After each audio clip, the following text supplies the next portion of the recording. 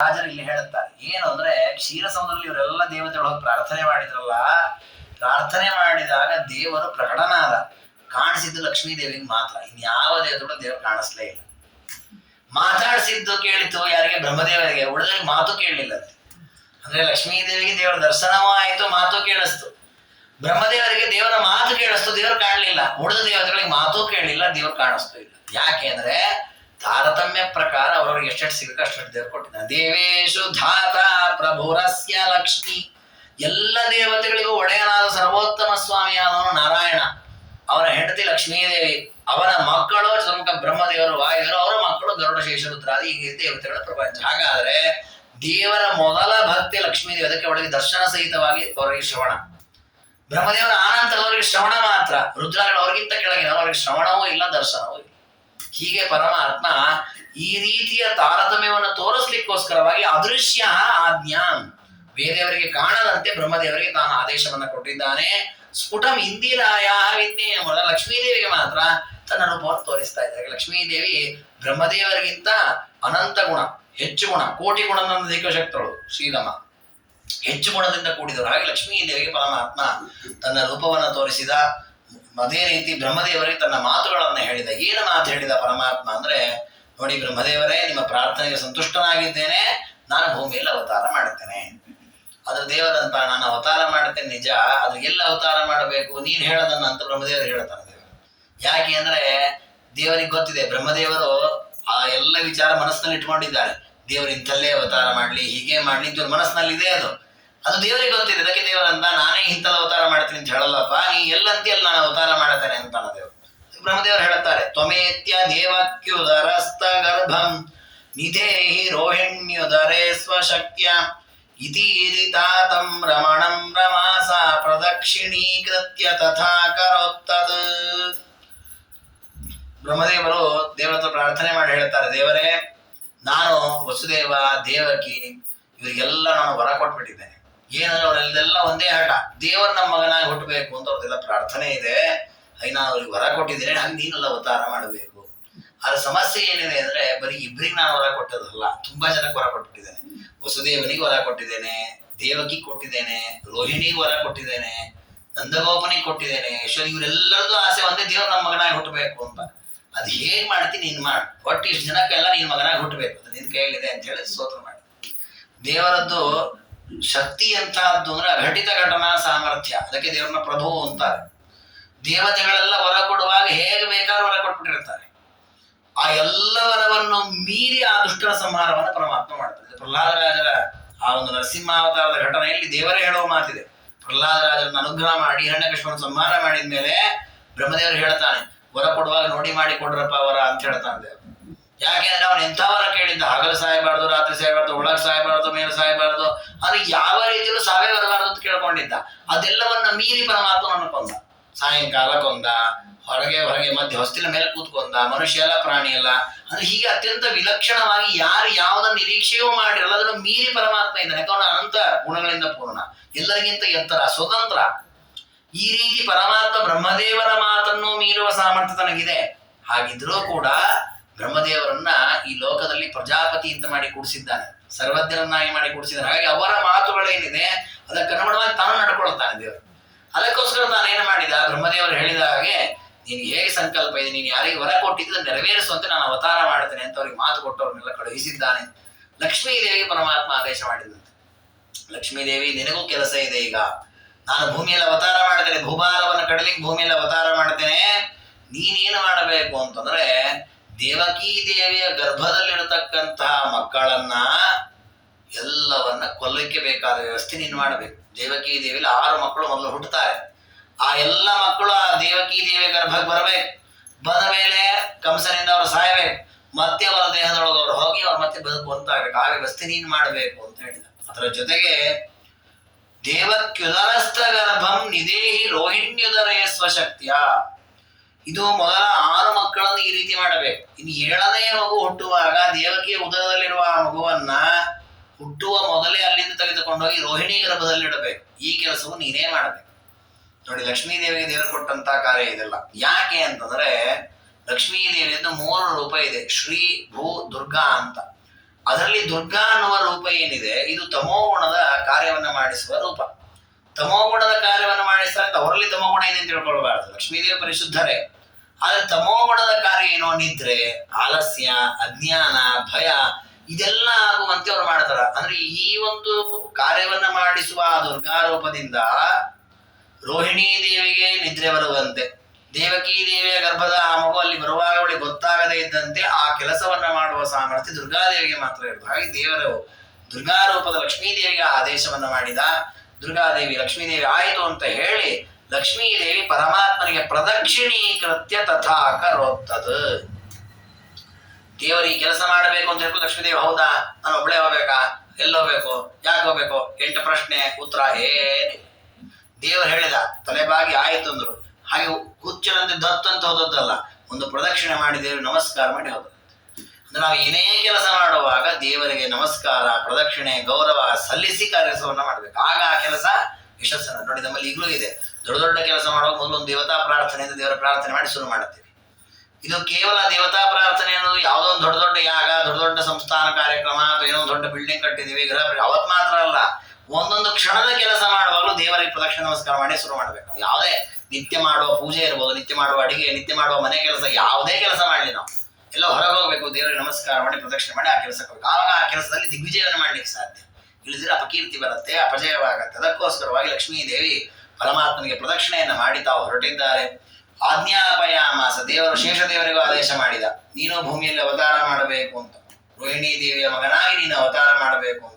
ಆಗ್ಲಿ ಅಂತ ಅವರು ಕೂಡ ನಮಸ್ಕಾರ ಮಾಡಿ ಅವರು ಹೊರಟಿದ್ದಾರೆ. ಅದಕ್ಕೆ ಚೆನ್ನಾಗಿ ಹೇಳ್ತಾರೆ ವಜ್ರಾಗಳು ಸರ್ವಮರು, ದೇವರು ಶೇಷದೇವರಿಗೆ ಆದೇಶ ಮಾಡಿದಂತೆ, ನೀವು ಮೊದಲು ನನಗಿಂತ ಮೊದಲು ಅಣ್ಣನಾಗಿ ನೀವು ಹುಟ್ಟ್ರೆ ಆಮೇಲೆ ನಾನು ಅವತಾರ ಮಾಡ್ತೇನೆ ಅಂತ. ಯಾಕೆ ಬಲರಾಮದೇವರು ದೊಡ್ಡವರು, ಅವರು ಮೊದಲು ಹುಟ್ಟಿದ್ರು ರೋಹಿಣಿಯ ಮಗನಾಗಿ, ಆಮೇಲೆ ಕೃಷ್ಣದೇವರ ಅವತಾರವಾದ. ಯಾಕೆ ಹಾಗೆ ಮಾಡಿದ್ರು ಅಂದ್ರೆ, ದೇವರು ತಾನು ಹೋಗೋ ಮೊದಲೇ ಶೇಷದೇವರನ್ನ ಕಳುಹಿಸಿದ. ಅಂದ್ರೆ ಲೋಕದಲ್ಲಿ ದೊಡ್ಡ ದೊಡ್ಡ ರಾಜರು ತಾವು ಹೋಗೋ ಮೊದಲು ಆ ಊರಿಗೆ ತಮ್ಮ ಹಾಸಿಗೆ ಎಲ್ಲ ಕೊಟ್ಟು ಕಳಿಸಿರ್ತಾರೆ, ಅಲ್ಲಿ ಹೋಗಿ ತಾವು ವೈಭವ ಅನುಭವಿಸಬೇಕು ಅಂತ. ಹಾಗೆ ದೇವರ ಹಾಸಿಗೆ ಶೇಷದೇವರಲ್ಲ, ತಾನು ಭೂಮಿಗೆ ಬರುವಾಗ ತನ್ನ ಹಾಸಿಗೆ ಶೇಷದೇವರನ್ನು ಕಳಿಸಿದ್ದಂತೆ, ಅವರು ಬಂದು ಹೋಗಿ ನನ್ನ ಭಕ್ತ ಆಮೇಲೆ ನಾನು ಬರ್ತೇನೆ ಅಂತ. ಆ ರೀತಿಯಲ್ಲಿ ಶೇಷದೇವರನ್ನ ಭೂಮಿ ಕಳುಹಿಸಿದ್ದಾನೆ. ಆ ನಂತರ ಪರಮಾತ್ಮ ತಾನು ಬರ್ತೇನೆ ಅಂತ ಹೇಳಿದ್ದಾನೆ. ಆ ಶೇಷದೇವರ ಅವತಾರವಾಗುವ ಬಲರಾಮ ದೇವರಲ್ಲಿ ಸ್ವಯಂ ತಾನು ಶುಕ್ಲಕೇಶದಿಂದ ಸನ್ನಿಹಿತನಾಗಿದ್ದ. ಕೇಶಾತ್ಮನ ಸನ್ನಿಹಿತಸ್ಸ ತಸ್ಮಿನ್ ಶಿಶೋಗ್ರಜತ್ವಂ ಸ್ವಯಮೇವ ನೂನಂ. ತಾನು ಆ ರೋಹಿಣೀ ದೇವಿಯ ಮಗನಾಗಿ ಹುಟ್ಟಿದ್ದಾರೆ ಬಲರಾಮ ದೇವರು. ಅವರೊಳಗೆ ತಾನು ಶುಕ್ಲಕೇಶದಿಂದ ಪ್ರವೇಶ ಮಾಡಿ ಆ ತಾಯಿಯ ಆಸೆ ಇತ್ತಲ್ಲ, ದೇವರನ್ನ ಮಗನಾಗಿ ಹುಟ್ಟಬೇಕು ಅಂತ, ಅದನ್ನು ನೆರವೇರಿಸಿದಂತೆ. ರೋಹಿಣಿ ದೇವಿಗೂ ಸಂತೋಷವಾಗಿದೆ. ಹೀಗೆ ದೇವರು ಯಾರ ಸಂಕಲ್ಪವನ್ನು ವ್ಯರ್ಥ ಮಾಡಲ್ಲ, ಅವನು ಸಂತೋಷಪಡಿಸಿದ್ದಾನೆ. ಇದಾದ ಮೇಲೆ ಪರಮಾತ್ಮ ಬಲರಾಮ ದೇವರ ಅವತಾರ ಮಾಡೋದಕ್ಕಿಂತ ಸ್ವಲ್ಪ ಸಮಯದ ಮೊದಲು ತಾನು ಭೂಮಿಗೆ ಬಂದ. ದೇವಕಿ ದೇವಿ 8ನೇ ಗರ್ಭವನ್ನು ಪ್ರವೇಶ ಮಾಡಬೇಕು ಅಂತ ರಾಜರು ಇಷ್ಟೇ ಹೇಳ್ತಾರೆ. ಭಾಗವತದಲ್ಲಿ ಆ 6 ಮಕ್ಕಳ ದೇಹತ್ಯಾಗವಾದದ್ದನ್ನು ಹೇಳ್ತಾರೆ. ಅಂದ್ರೆ ಆ 6 ಮಕ್ಕಳು ಹುಟ್ಟುವಾಗ ಕಂಸ ಒಂದೊಂದು ಮಗವನ್ನು ಕೂಡ ಕೊಂದಿದ್ದಾನೆ. ಅದಕ್ಕೇನು ಕಾರಣ ಅಂತ ಭಾಗವತ ಹೇಳ್ತದೆ. ಆ 6 ಜನರು ಕೂಡ ಯಾರವರು ಅಂತಂದ್ರೆ ಹಿರಣ್ಯಕಶಿಪುವಿನ ತಮ್ಮನ ಮಕ್ಕಳು 6 ಜನ. ಹಿರಣ್ಯಕಶಿಪುವಿನ ತಮ್ಮ ಹಿರಣ್ಯಾಕ್ಷ ಅಂತ, ಅವನ ಮಗ ಕಾಲನೇಮಿ ಅಂತ, ಅವನ ಮಕ್ಕಳು ಇವರು 6 ಜನ. ಈ 6 ಜನ ವಸ್ತು ಮೊದಲು ಯಾರು ಅಂದ್ರೆ ಋಷಿಕುಮಾರರವರು. 6 ಜನ ಒಳ್ಳೆಯವರು ಪಾಪ ಅವರು ಋಷಿಗಳಿಗೆ ಒಂದು ಬಾರಿ ಅಪಚಾರ ಮಾಡಿ ನಕ್ಕು ಬಿಡುತ್ತಾರೆ. ಒಬ್ರು ಋಷಿಗಳು ಬರ್ತಾ ಇರ್ತಾರೆ, ಅವರು ತಪಸ್ಸು ಮಾಡಿ ಕೃಷಿ ಆಗಿರ್ತಾರೆ. ಅವ್ರು ನೋಡಿ ಅಪಹಾಸ್ಯ ಮಾಡಿ ವ್ಯಂಗ್ಯ ಮಾಡಿ ನಗ್ತಾರೆ. ಅದಕ್ಕೆ ಆ ಋಷಿಗಳಂತಾರೆ, ಈ ರೀತಿ ಒಬ್ಬ ವ್ಯಕ್ತಿಯ ದೇಹವನ್ನ, ಅವರ ಆಚರಣೆಯನ್ನ ವ್ಯಂಗ್ಯ ಮಾಡಿ ನಗೋದೇನಿದೆ ಇದು ರಾಕ್ಷಸರ ಪ್ರವೃತ್ತಿ, ಅಸುರರ ಪ್ರವೃತ್ತಿ. ನೀವು ಅಸುರರಾಗಿ ಹುಟ್ಟಿ ಅಂತ ಶಾಪ ಕೊಡ್ತಾರೆ. ಇವರು 6 ಜನ ಕಾಲನೇವಿಯ ಮಕ್ಕಳಾಗಿ ಅಸುರರಾಗಿ ಭೂಮಿಯಲ್ಲಿ ಹುಟ್ಟುತ್ತಾರೆ. ಹುಟ್ಟಿದಾಗ ಅವರ ದೊಡ್ಡ ತಾತ ಸತ್ತೋಗ್ಬಿಟ್ಟಿರ್ತಾನೆ ಹಿರಣ್ಯಾಕ್ಷ ವರಾದೇವರಿಂದ. ಅವರ ಇನ್ನೊಬ್ಬ ತಾತ ಇರ್ತಾನೆ ಹಿರಣ್ಯಕಶಿಪು, ಅವ್ರು ಬ್ರಹ್ಮದೇವನ ಕೂಡ ತಪಸ್ಸು ಮಾಡ್ತಾ ಇರ್ತಾನೆ. ಇದೀ ಮಕ್ಕಳಿಗೆ ಗೊತ್ತಾಗತ್ತೆ, ಹುಟ್ಟಿದ ಮೊಮ್ಮಕ್ಕಳಿಗೆ 6 ಜನ ಅಸುರರಾಗಿ ಹುಟ್ಟಿದ್ದಾರೆ. ಆ ಜಾತಿಯ ಸ್ವಭಾವಕ್ಕನುಗುಣವಾಗಿ ನಾವು ಬ್ರಹ್ಮದೇವನ ಕೂಡ ತಪಸ್ಸು ಮಾಡೋಣ ಅಂತ ಹೊರಡ್ತಾರೆ. ಹೋಗ್ತಾರೆ. ಇವ್ರು ಹೋಗಿ ತಪಸ್ಸು ಮಾಡ್ತಾ ಇರ್ತಾರೆ. ಅಷ್ಟೊತ್ತಿಗೆ ಇವನು ತಪಸ್ಸು ಮುಗಿಯುತ್ತೆ. ಹಿರಣ್ಯಕಶಿಪು ಹೊರ ತಗೊಂಡು ವಾಪಸ್ ಬಂದಿರ್ತಾನೆ. ಇವ್ರು 6 ಜನ ತಪಸ್ಸು ಮಾಡ್ತಾರೆ. ಬ್ರಹ್ಮದೇವರು ಏನ್ ಬೇಕು ಅಂತ ಹೇಳಿದ್ರಲ್ಲ, ನಾವೆಲ್ಲ ಅವಧ್ಯರಾಗಬೇಕು, ನಮ್ಮನ್ನು ಯಾರು ಕೊಲ್ಲಿಕ್ಕಾಗಬಾರದು. ಬ್ರಹ್ಮದೇವರು ಆಗ್ಲಿ ಅಂತ ಅವಧ್ಯತ್ವ ಹೊರ ಕೊಡ್ತಾರೆ.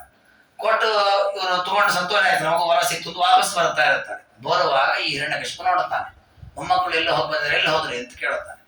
ಇಲ್ಲ, ನಾವೆಲ್ಲ ಬ್ರಹ್ಮದೇವನ ಕೂಡ ತಪಸ್ಸು ಮಾಡ್ಲಿಕ್ಕೆ ಹೋಗಿದ್ವಿ, ನಮಗೆ ವರ ಬೇಕು, ನಾವು ಅವಧ್ಯರಾಗಬೇಕು ಅಂತ ವರ ಕೇಳಿಕ್ಕೆ ಕೊಟ್ಟರು ನಮಗೆ. ಸಿಟ್ಟು ಬರುತ್ತೆ ಇವನಿಗೆ ಹಿರಣ್ಯಕಶಿಪಿಗೆ. ನನ್ನನ್ನು ಬಿಟ್ಟು ನೀವು ಮತ್ತೊಬ್ಬರ ಹತ್ರ ಯಾಕೆ ಹೋದ್ರಿ? ನಾನು ಬ್ರಹ್ಮದೇವ್ರ ತೊಗೊಳ ತಗೊಂಡ್ಬಂದ್ಬಿಟ್ಟಿದ್ದೇನೆ, ಎಲ್ಲ ನನ್ನ ಪೂಜೆ, ನನ್ನ ಆರಾಧನೆ, ನನ್ನ ಜಪ ತಪ ನಡಿಬೇಕು, ನಿಮ್ಮ ನನ್ ಬಿಟ್ಟು ಬ್ರಹ್ಮದೇವ್ರ ತೊಳಗಿದ್ದೀರಾ, ನಿಮ್ಮ ಅಪ್ಪನಿಂದಲೇ ಸಾಯೋದಾಗಲಿ ಅಂತ ಅವನು ಶಾಪ. ಬ್ರಹ್ಮದೇವರು ಸಾಯೋದೇ ಬೇಡ ಅಂತ ಅವರು ವರ ಕೊಟ್ಟಿದ್ದಾರೆ. ಬ್ರಹ್ಮದೇವರ ಹೊರ ಇರತಕ್ಕಂತ ಹಿರಣ್ಯಕಶಿಪು ಶಾಪ ಕೊಟ್ಟಿದ್ದಾನೆ, ನಿಮ್ಮ ಅಪ್ಪನಿಂದ ನೀವು ಸಾಯಿರಿ ಅಂತ. ಇದೆರಡನ್ನೂ ಸತ್ಯ ಮಾಡ್ಲಿಕ್ಕೆ ಪರಮಾತ್ಮ ಏನು ಮಾಡಿದ, ಈ 6 ಮಕ್ಕಳ ತಂದೆ ಕಾಲನೇಮ ಏನಿದ್ದ ಅವನೇ ಕಂಸನಾಗಿ ಹುಟ್ಟಿದ್ದ. ಅದಕ್ಕೆ ಈ 6 ಮಕ್ಕಳನ್ನು ದೇವಕೀ ದೇವಿಯ ಉದರದಿಂದ ಹುಟ್ಟಿಸಿದ, ಕಂಸನಿಂದ ಕೊಲ್ಲಿಸಿದ. ಆವಾಗ ಅವರ ಅಪ್ಪನಿಂದ ಸತ್ತಾಗಾಯ್ತು. ಆದ್ರೆ ಇವರ ದೇಹ ಸಾಯಬಾರದಕ್ಕೆ ಬ್ರಹ್ಮದೇವರು ಅವಧ್ಯಾರಾಗಲಿ ಅಂತ ಹೊರ ಕೊಟ್ಟಿದ್ದಾರೆ. ಅದಕ್ಕೆ ದುರ್ಗಾದೇವಿ ಆ 6 ಜನ ಮಕ್ಕಳ ದೇಹವನ್ನ ಒಂದು ಗುಹೆಯಲ್ಲಿ ಇಟ್ಟಿದ್ದಾರೆ. ಅವರ ಒಬ್ಬೊಬ್ಬ ಹುಟ್ಟುವಾಗಲೂ ಆ ದೇಹದೊಳಗಿರೋ ಜೀವನ ತಂದು ಆ ದೇವಕಿ ಗರ್ಭದಲ್ಲಿ ಬೆಳೆಸೋದು. ಅದು ಹುಟ್ಟಿದ ಕೂಡ ಸಾಯ್ತಿದ್ದು, ಆ ಜೀವನ ಮತ್ತೆ ಆ ದೇಹದೊಳಗೆ ಇಡೋದು, ಅವನು ವಾಪಸ್ ಕಳಿಸೋದು. ಈ ರೀತಿ ಬ್ರಹ್ಮದೇವರು ಯಾವ ದೇಹಕ್ಕೆ ಅವಧ್ಯರಾಗ್ರಿ ಅಂತ ವರ ಕೊಟ್ಟಿದ್ರು ಆ ದೇಹ ಹಾಗೆ ಉಳಿದಿದೆ. ಹಿರಣ್ಯಕಶಿಪು ಬ್ರಹ್ಮದೇವರ ವರದಿಂದ ಅವನು ಬಲಿಷ್ಠನಾಗಿದ್ದಾನೆ, ಅವನ ಮಾತಿದೆ ಅಪ್ಪನಿಂದ ಸಾಯಬೇಕು, ಅದು ನೆರವೇರಿದೆ. ಹೀಗೆ ಎರಡನ್ನೂ ಮಾಡಿಸ್ಲಿಕ್ಕೋಸ್ಕರ ಕಂಸನಿಂದ 6 ಜನ ಸಾಯುವಂತೆ ಮಾಡಿದ. ದೇವಕಿ ಉದರದಿಂದ 6 ಜನ ಹುಟ್ಟಿದ್ರು, ಆಮೇಲೆ 6 ಜನ ಸತ್ರು. ಆನಂತರ ಇದಾಗಿ ಎಷ್ಟೋ ಸಾವಿರ ವರ್ಷಗಳ ನಂತರ ಕೃಷ್ಣ ಪರಮಾತ್ಮನೇ ಒಂದು ಬಾರಿ ಯುದ್ಧ ಮಾಡುವಾಗ 6 ಜನರನ್ನು ಸಂಹಾರ ಮಾಡಿ ಮತ್ತೆ ಅವರು ಋಷಿಕುಮಾರರಾಗುವಂತೆ ಅನುಗ್ರಹ ಮಾಡುತ್ತಾನೆ. ಹೀಗೆ ಪರಮಾತ್ಮ ಲಕ್ಷ್ಮೀದೇವಿಯ ಮೂಲಕ ಮಾತ್ರ ಈ ಕಾರ್ಯ ಮಾಡ್ಲಿಕ್ಕೆ ಸಾಧ್ಯ. ಜೀವನ ದೇಹದಿಂದ ಹೊರಗೆ ತೆಗೆಯೋದು, ಒಳಗಿಡೋದು ಈ ಕೆಲಸವನ್ನು ಹಾಗೆ ಲಕ್ಷ್ಮೀದೇವಿಗೆ ಆದೇಶ ಮಾಡಿ ಈ ಕಾರ್ಯವನ್ನು ಮಾಡಿಸಿದ. ಅದಾದ ಮೇಲೆ ತಾನು ಭೂಮಿಗೆ ಬಂದಿದ್ದಾನೆ. ತಾನು ದೇವಕೀ ದೇವಿಯ ಗರ್ಭವನ್ನು ಪ್ರವೇಶ ಮಾಡ್ತಾ ಇದ್ದಾನೆ. ದೇವರು ಬಂದ ಯಾಕೆ ಭೂಮಿಗೆ ಅಂದ್ರೆ ರಾಜರಂತಾರೆ, ದೇವರು ಆಲೋಚನೆ ಮಾಡಿದಂತೆ, ನಮ್ಮ ಮನೆ ಕೆಲಸ ಮಾಡೋ ದ್ವಾರಪಾಲಕರು ಮನೆ ಬಿಟ್ಟು ಹೋಗ್ಬಿಟ್ಟಿದ್ದಾರೆ, ಅವರೆಲ್ಲಿದ್ದಾರೆ ಹುಡ್ಕೊಂಡು ಅವ್ರು ಕರ್ಕೊಂಡ್ ಬರೋಣ ಅಂತ ಭೂಮಿಗೆ ಬಂದಂತೆ. ಅಂದ್ರೆ ಶಿಶುಪಾಲದಂತ ವಕ್ರಾಗಿ ಹುಟ್ಟಿದವರಿಬ್ರು ಕೂಡ. ಅದರ ತಾತ್ಪರ್ಯ, ದೇವತೆಗಳು ಭೂದೇವಿ ಮಾಡಿದ ಪ್ರಾರ್ಥನೆ ದೈತ್ಯರ ಸಂಹಾರ ಆಗ್ಬೇಕು. ಆ ದೈತ್ಯರ ಲಿಸ್ಟಲ್ಲಿ ಇವರೊಬ್ರು ಸೇರ್ಕೊಂಡ್ಬಿಟ್ಟಿದ್ದಾರೆ. ಇವರು ದೇವತೆಗಳೇ ಆದರೂ ಕೂಡ ಜೊತೆಗೆ ಇವರಲ್ಲೂ ದೈತ್ಯರು ಹಿರಣ್ಯಾದಿಗಳು ಸೇರ್ಕೊಂಡ್ಬಿಟ್ಟಿದ್ದಾರೆ. ಅವರನ್ನು ಸಂಹಾರ ಮಾಡ್ಲಿಕ್ಕೆ ಪರಮಾತ್ಮ ಭೂಮಿಗೆ ಬಂದಿದ್ದಾನೆ. ಭೂಮಿಗೆ ಬಂದು ದೇವಕೀ ದೇವಿಯ ಗರ್ಭವನ್ನ ಪ್ರವೇಶ ಮಾಡಿದ. ಯಾಕೆ ಪ್ರವೇಶ ಮಾಡಿದ? ಹಾಗೆ ದೇವರಿಗೆ ಬರ್ಲಿಕ್ಕೆ ಬರಲ್ವಾ? ಸ್ವಯಂ ಕೃಷ್ಣನ ಹಾಗೆ ಭೂಮಿಗೆ ಬರ್ಲಿಕ್ಕೆ ಬರಲ್ವಾ? ಬರ್ತದೆ ದೇವರಿಗೆ. ಆದ್ರೂ ಯಾಕೆ ಹಾಗೆ ಪ್ರವೇಶ ಮಾಡಿದ ಅನ್ನೋದ ಕಾರಣವನ್ನ ಕೊಡ್ತಾರೆ. ಗರ್ಭವಾಸೋ ಅವ ನಿರ್ಮಲ ಸೇತ್ಯದೋ ಬುಧಾನ್ ಬೋಧಯಿತು ಹೃದಯವ ಫಣೀಶ್ವರಂ ಗರ್ಭಗತಂ ವಿಧಾಯ ಪುನಃ ಸ್ವಯಂ ಸನ್ನಿಹಿತೋ ಬಭೂವ. ವಸುಧಾ ಪರಮಾತ್ಮನಿಗೆ ಗರ್ಭವಾಸ ದುಃಖಗಳೇ ಇಲ್ಲ. ಅವನು ಯಾವ ತಾಯಿಯ ಗರ್ಭದಲ್ಲೂ ಪ್ರವೇಶ ಮಾಡಿ ದುಃಖವನ್ನು ಪಡುವ ಪ್ರಸಂಗವೇ ಇಲ್ಲ. ಹಾಗಿದ್ರೂ ಕೂಡ ಪರಮಾತ್ಮ ತಾನು ಆ ಗರ್ಭದ ಒಳಗೆ ಪ್ರವೇಶ ಮಾಡ್ತಾ ಇದ್ದಾನೆ. ಯಾಕೆ ಅಂತಂದ್ರೆ 2 ಕಾರಣದಿಂದ. ಒಂದು, ತಾನು ಗರ್ಭದಲ್ಲಿ ಇದ್ರೂ ಕೂಡ ತನಗೆ ವಿಕಾರ ಇಲ್ಲ ಅಂತ ತೋರಿಸ್ಬೇಕು ಸಮಾಜಕ್ಕೆ, ಇದು ಒಂದು. ಎರಡನೇದು, ದುರ್ಜನರು ತಪ್ಪು ತಿಳ್ಕೊಳ್ಬೇಕು. ನೋಡಿ, ಬುದ್ಧಿಜೀವಿಗಳೆಲ್ಲ ಏನ್ ಮಾತಾಡ್ತಾರೆ, ಅಯ್ಯೋ ರಾಮಕೃಷ್ಣರೆಲ್ಲ ನಮ್ಮಾಗೆರಿ, ಅವರು ನಮ್ಮಾಗೆ ಅನ್ನ ಸಾರ್ ತಿಂದವ್ರೆ ಅಂತ ಜನರನ್ನ ನಮ್ಮಂತೆ ಮಾಮೂಲಾಗಿ ರಾಮಕೃಷ್ಣ ಅಂತ ತಿಳ್ಕೊಳ್ತಾರಲ್ಲ, ತನ್ನ ಮೂಲಕ ಅವರಿಗೆ ಬೇಕಾದ ತಮಸ್ ಸಾಧನೆ ಅವ್ರು ಮಾಡುತ್ತಾರೆ. ಅಂದ್ರೆ ದೇವರನ್ನ ಯಾರ್ಯಾರು ಹೇಗೆ ಉಪಾಸನೆ ಮಾಡಬೇಕು ಹಾಗೆ ದೇವರು ತನ್ನ ದರ್ಶನ ಮಾಡಿಸ್ತಾನೆ. ನೋಡಿ, ನರಸಿಂಹ ದೇವರ ರೂಪವನ್ನು ಯಾರೋ ಕೂಡ ಬುದ್ಧಿಜೀವಿಗಳು ನರಸಿಂಹ ಏನ್ರಿ ಅಂತನಲ್ಲ. ಹೇಗೆ ಕಂಬದಿಂದ ಬಂದ್ಬಿಟ್ಟಿದ ನರಸಿಂಹ, ಅವನು ನಮ್ಮ ಮನುಷ್ಯ ಅಂತ ಮಾತಾಡ್ಲಿಕ್ಕೆ ಯಾರಿಗೂ ಧೈರ್ಯ ಇಲ್ಲ. ಅದು ರಾಮಕೃಷ್ಣ ನೋಡಿ ಕಂಡು ರಾಮನನ್ನ ಆಡ್ಕೋತಾರೆ, ಕೃಷ್ಣನ ಯಾವನೊಬ್ಬ ಗೊಲ್ಲ ಅಂತಾರೆ, ಕಳ್ಳ ಅಂತಾರೆ. ಹೀಗೆ ದುರ್ಜನರು ಕೃಷ್ಣರಾಮಾದಿ ರೂಪಗಳನ್ನ ಆಡಿಕೊಂಡು ಪಾಪ ಸಂಪಾದನೆ ಮಾಡ್ಲಿಕ್ಕೆ ಅನುಕೂಲವಾಗಲಿ ಅಂತ ತಾನೋ ತಂದೆ ತಾಯಿ ಮಗನಾಗಿ ತೋರಿಸ್ತಾನೆ. ಹಾಗೆ ಅವನಿಗೆ ತಂದೆ ತಾಯಿಗಳು ಬೇಕಾಗಿಲ್ಲ. ಯಾಕೆ? ರಾಮ ರೂಪವೂ ನಿತ್ಯ, ಕೃಷ್ಣ ರೂಪವೂ ನಿತ್ಯ. ಅವತ್ತು ತೋರಿಸಿದ್ದಷ್ಟೇ, ಪ್ರಕಟ ಮಾಡಿದ್ದವತ್ತು ದೇವರ ವಿನ. ತಾಯಿಯ ದೇಹದಲ್ಲಿ ನಮ್ಮ ದೇಹ ಹೇಗೆ ಬೆಳೀತದೆ ಗರ್ಭದಲ್ಲಿ, ಹಾಗೆ ಪರಮಾತ್ಮನ ದೇಹ ಬೆಳೆದದ್ದಲ್ಲ. ಅದಕ್ಕೆ ಪರಮಾತ್ಮ ಮೊದಲು ಶೇಷದೇವರನ್ನೆಲ್ಲ ಕಳುಹಿಸಿ ಆ ಗರ್ಭವನ್ನು ಶುದ್ಧ ಮಾಡಿ ಪುನಃ ಸ್ವಯಂ ಸನ್ನಿಹಿತೋ ತಾನು ಒಳಗೆ ಪ್ರವೇಶ ಮಾಡಿದ್ದಾನೆ. ಗರ್ಭೇಪ್ಯದಭ್ರಾತ್ಮ ಸುಖೈಕ ಮೂರ್ತಿಂ. ಪರಮಾತ್ಮ ತಾಯಿಯ ಗರ್ಭದಲ್ಲಿದ್ರೂ ಕೂಡ ಹೇಗಿದ್ದಾನೆ? ಕಿಂಚಿತ್ತೂ ದುಃಖಾದಿಗಳಿಲ್ಲದೆ ಸುಖಪೂರ್ಣನಾಗಿದ್ದಾನೆ. ಇದನ್ನ ಯಾಕೆ ಹೇಳ್ತಾರೆ ಅಂದ್ರೆ, ಭಾಗವತದಲ್ಲಿಯೇ 3ನೇ ಸ್ಕಂದದಲ್ಲಿ ಕಪಿಲನಾಮಕ ಪರಮಾತ್ಮನ ಉಪದೇಶ ಬರುತ್ತೆ. ಕಪಿಲನಾಮಕ ಪರಮಾತ್ಮ ತಾಯಿಗೆ ಹೇಳ್ತಾನೆ, ಕರ್ಮವನ್ನ ಮಾಡಿದ ಜೀವಿಗಳು ಸ್ವರ್ಗ ನರಕಾದಿಗಳನ್ನು ಅನುಭವಿಸಿ ಅದರ ಶೇಷವಾಗಿ ಭೂಮಿಯಲ್ಲಿ ಹುಟ್ಟುತ್ತಾರೆ. ಹುಟ್ಟುವಾಗ ತಾಯಿಯ ಗರ್ಭದಲ್ಲಿ ಹೇಗೆ ಒದ್ದಾಡುತ್ತಾರೆ ಅದನ್ನು ವರ್ಣನೆ ಮಾಡುತ್ತಾರೆ. ವೃಷ ತಪ್ತ ದೇಹ ಇಚ್ಛನ್ನಿತೋ ವಿವಸಿತಂ ಗಣಯನ್ ಸೋಮಾಸಾನ್ ನಿರ್ವಾಸ್ಯತೆ ಕೃಪಣ ದೀರ್ಭವತ ಕದ. ಗರ್ಭದಲ್ಲಿರುವ ಜೀವ ಒಂದೊಂದು ದಿನವೂ ಒಂದೊಂದು ಕ್ಷಣವೂ ಲೆಕ್ಕ ಹಾಕ್ತಾನಂತೆ, ಯಾವತ್ತು ನನ್ನನ್ನು ಹೊರಗೆ ಹಾಕ್ತಾರೆ ಇಲ್ಲಿಂದ. ಯಾಕೆ? ಅಲ್ಲಿ ತಾಯಿ ತಿಂತಾ ಇರುವಂತಹ ಖಾರ, ಉಪ್ಪು ಮೊದಲಾದ ಪದಾರ್ಥಗಳು, ಅಲ್ಲಿರುವ ಜಠರಾಗ್ನಿ, ಅದರಿಂದ ಪರಿತಪ್ತ ದೇಹ ಚೆನ್ನಾಗಿ ತಾಪವಾಗ್ತಾ ಇದೆ. ಎಷ್ಟರ ಮಟ್ಟಿಗೆ ನೋಡಿ, ತುರಿಸಿದ ತುರ್ಕೊಳ್ಳಿಕ್ಕೂ ಕೈ ಕಾಲಾಡಿಸ್ಲಿಕ್ಕೆ ಆಗಲ್ಲ, ತೋರಿಸ್ಲಿಕ್ಕಾಗಲ್ಲ, ಆಕ್ಷನ್ ಸೀರ್ಲಿಕ್ಕೆ ಬರಲ್ಲ. ಯಾವ್ದಾದ್ರು ಒಂದು ಜೋರಾದಂತಹ ದಿನ ನಡೆದ್ಬಿಟ್ರೆ ಒಂದು ಕ್ಷಣ ಮೂರ್ಛಿತವಾಗಿ ಬಿಡುತ್ತೆ ಆ ಒಳಗಿರೋ ಮಗು. ಅಷ್ಟು ಒದ್ದಾಡ್ತಾ ಇರತ್ತಲ್ಲಿ. ಇದನ್ನ ವರ್ಣನೆ ಮಾಡಿದೆ ಭಾಗವತವೇ. ಅದಕ್ಕೆ ಹೇಳ್ತಾರೆ ರಾಜರು, ದೇವರು ಯಾಕೆ ಗರ್ಭದ ಒಳಗೆ ಇದ್ದ, ದೇವಕಿ ದೇವ ಗರ್ಭದೊಳಗೆ ಅಂದ್ರೆ ಇಂಥಲ್ಲಿ ನಾನಿದ್ರೂ ಕೂಡ ನನಗೆ ಯಾವ ವಿಕಾರವೂ ಇಲ್ಲ. ಗರ್ಭೆ ಪ್ಯಧಭರಾತ್ಮ ಸುಖೈಕ ಮೂರ್ತಿ. ನಾನು ಇಂತಹ ತಾಯಿಯ ಗರ್ಭದ ಒಳಗೆ ಎಷ್ಟು ಜೀವಿಗಳು ಒದ್ದಾಡಿಕೊಂಡು ಹುಟ್ಟುತ್ತಾರಲ್ಲ, ಅಂತಹ ಗರ್ಭದಲ್ಲಿಯೂ ಕೂಡ ನಾನು ಹೇಗಿದ್ದೇನೆ ಗೊತ್ತಾ, ಸುಖಪೂರ್ಣನಾಗಿದ್ದೇನೆ. ಇದೆಲ್ಲ ನೋಡಿ ನಮಗೊಂದು ದೃಷ್ಟಾಂತಗಳು ಬೇಕಾಗತ್ತೆ. ಈ ಕೆಲವರು ಪ್ರಶ್ನೆ ಕೇಳ್ತಾರೆ, ಏನು ಅಂದ್ರೆ ದೇವರೆಲ್ಲಿದ್ದಾನೆ? ಎಲ್ಲಾ ಕಡೆ ಇದ್ದಾನೆ. ದೇವರಿಗೆ ದುಃಖವೇ ಇಲ್ಲ ಅನ್ನೋದಕ್ಕೆ ಅವ್ರದ್ದು ಪ್ರಶ್ನೆ. ದೇವರಿಗೆ ಅಂಧಂತ ಮಸಲ್ಲಿದ್ದಾನೋ ಇಲ್ಲೋ? ಪಾಪಿಗಳು ದುರ್ಯೋಧನಾದಿಗಳೆಲ್ಲ ಅಂಧಂತ ಮಸಲ್ಲಿ ದುಃಖ ಅನುಭವಿಸ್ತಾರೆ. ಅದು ಬರೀ ದೊಡ್ಡ ಕೂಪ, ನಿರಂತರ ದುಃಖ, 28 ನರಕ ಎಲ್ಲ ವರ್ಣನೆ ಬರುತ್ತೆ ಭಾಗವತದಲ್ಲಿ. ಅಂತ ಘೋರವಾದಂತಹ ನರಕಾದಿಗಳ ಅಂತ ದುಃಖ ಪಡ್ತಾ ಇರ್ತಾರೆ ಜೀವಿಗಳು. ಅಲ್ಲಿ ದೇವರಿದ್ದಾನೋ ಇಲ್ಲ, ಹಾಗಾದ್ರೆ ಅವನಿಗೆ ದುಃಖ ಆಗತ್ತೋ ಇಲ್ಲೋ? ದೇವರಲ್ಲಿದ್ರೆ ಅವನಿಗೆ ದುಃಖ ಇಲ್ಲ ಅಂತೆಲ್ಲ ಶಾಸ್ತ್ರಗಳು ಹೇಳುತ್ತೆ. ಅದಕ್ಕೊಂದು ದೃಷ್ಟಾಂತ ಇದೆ. ಗರ್ಭದಲ್ಲಿ ಇರುವ ಪ್ರತಿಯೊಂದು ಜೀವಿಯು ದುಃಖ ಪಡ್ತಾನೆ, ಪರಮಾತ್ಮ ಗರ್ಭದಲ್ಲಿ ಇದ್ರೂ ದುಃಖ ಇಲ್ಲ ಅವನಿಗೆ. ಅದಕ್ಕೆ ಅದನ್ನ ತಿಳಿಸ್ಲಿಕ್ಕೋಸ್ಕರವೇ ಏನು ಮಾಡಿದ್ರು ಅಂದ್ರೆ, ಬ್ರಹ್ಮದೇವರು ರುದ್ರದೇವರು ಬಂದದಂತೆ. ಸಾಮಾನ್ಯ ನಾವೆಲ್ಲ ತಾಯಿಯ ಗರ್ಭದಿಂದಲೇ ಹುಡ್ತೇವೆ. ನಾವು ಗರ್ಭದೊಳಗಿರುವಾಗ ಬರೀ ಒದ್ದಾಡ್ತೇವೆ, ದುಃಖ ಪಡ್ತೇವೆ, ಅಳತೇವೆ. ಆದ್ರೆ ಪರಮಾತ್ಮ ದೇವಕಿ ದೇವಿಯ ಗರ್ಭದಲ್ಲಿರುವಾಗ ಚತುರ್ಮುಖ ಬ್ರಹ್ಮದೇವರು ರುದ್ರದೇವರೆಲ್ಲ ಗರ್ಭದೊಳಗೆ ಪ್ರವೇಶ ಮಾಡಿ ದೇವರು ಸ್ತೋತ್ರ ಮಾಡ್ತಾ ಇದ್ದಾರೆ. ಗೀರ್ಭಿರ್ ಭವದ್ ಗರ್ಭ ನಿವಾಸ ಜಾತಿ ನಿರ್ಭಂಗ ಸಿದ್ಧಾರ್ಥ ಮತಾಸ್ತು ವಸ್ತು. ಬ್ರಹ್ಮದೇವರು ರುದ್ರದೇವರು ತಾಯಿಯ ದೇವಕಿಯ ಗರ್ಭವನ್ನೇ ಪ್ರವೇಶ ಮಾಡಿದರಂತೆ. ಯಾಕೆ ನಮ್ಮ ದೇವರಿದ್ದಾನಲ್ಲಿ ಅಂತ ಹೋಗಿ ದೇವರನ್ನ ಸ್ತೋತ್ರ ಮಾಡಿದಂತೆ. ಏನಂತ ಸ್ತೋತ್ರ ಮಾಡಿದ್ರು? ದೇವರೇ, ಭಕ್ತಿಯಿಂದ ಏನನ್ನ ಸ್ತೋತ್ರ ಮಾಡ್ತೇವೆ, ಎಂದು ನಾವು ಈ ಗರ್ಭಕ್ಕೆ ಬರಬಾರ್ದು, ಹಾಗೆ ಅನುಗ್ರಹ ಮಾಡು ಅಂತ ಕೇಳಿದ್ರು. ಅಂದ್ರೆ ಗರ್ಭಸ್ತುತಿ ಅಂತ ಭಾಗವತದಲ್ಲಿ ಬರುತ್ತೆ. ಅನೇಕ ಶ್ಲೋಕಗಳಿಂದ, ಏಕಾಯ ನೋಸೋ ಅಂತ ಬೇರೆ ಬೇರೆ ಶ್ಲೋಕಗಳಿಂದ ಪರಮಾತ್ಮನ ಅದ್ಭುತವಾದ ವ್ಯಕ್ತಿತ್ವವನ್ನ ಬ್ರಹ್ಮದೇವರ ಸ್ತೋತ್ರ ಮಾಡಿದ್ರು. ಇಂತಹ ವೈಭವ ಇದೆ ದೇವರದ್ದು.